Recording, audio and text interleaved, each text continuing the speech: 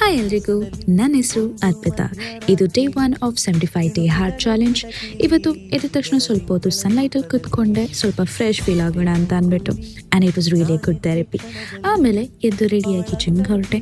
ಇವತ್ತು ಹೇಳಬೇಕಂದ್ರೆ ಜಿಮ್ ಡೇನೇ ಆಗಿತ್ತು, ಯಾಕಂದರೆ 3 ಸೆಷನ್ಸ್ ಬುಕ್ ಮಾಡ್ಕೊಂಡಿದ್ದೆ. ಮಧ್ಯದಲ್ಲಿ ಸ್ವಲ್ಪ ಬ್ರೇಕ್ ಕೂಡ ಇತ್ತು.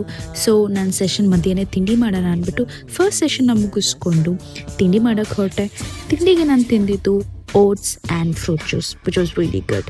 ಆಮೇಲೆ ನನ್ನ ಸೆಕೆಂಡ್ ಸೆಷನ್ನ ಮುಗಿಸ್ಕೊಂಡು ಡೈರೆಕ್ಟಾಗಿ ಮನೆಗೆ ಹೊರಟೆ, ಯಾಕಂದರೆ ಇನ್ನೂ 1 ಅವರ್ ಬ್ರೇಕ್ ಇತ್ತು. ಆ 1 ಅವರ್ ಬ್ರೇಕಲ್ಲಿ ನಾನು ಮಧ್ಯಾಹ್ನದ ಊಟ ಮುಗಿಸ್ಕೊಂಡು ಥರ್ಡ್ ಸೆಷನ್ಗೆ ಹೋಗಿ ಅಲ್ಲಿ ನನ್ನ ಡೇನ ಆಲ್ಮೋಸ್ಟ್ ಮುಗಿಸ್ದೆ. ಬ್ಯಾಕ್ ಟು ಹೋಮ್ ಅಂತ ನಡ್ಕೊಂಡು ಬಂದೆ. ಆಮೇಲೆ ಫ್ರೆಶ್ ಅಪ್ ಆಗಿ ಇವತ್ತಿನ ದಿನನ ಒಂದು ಬುಕ್ ಓದೋದ್ರಿಂದ ಹಾಗೂ ಜರ್ನಲ್ ಬರೆಯೋದ್ರಿಂದ ಮುಗಿಸ್ದೆ. It was really a good day ಅಂತ ಹೇಳ್ಬೋದು. ಮತ್ತೆ ಸಿಗೋಣವಾ?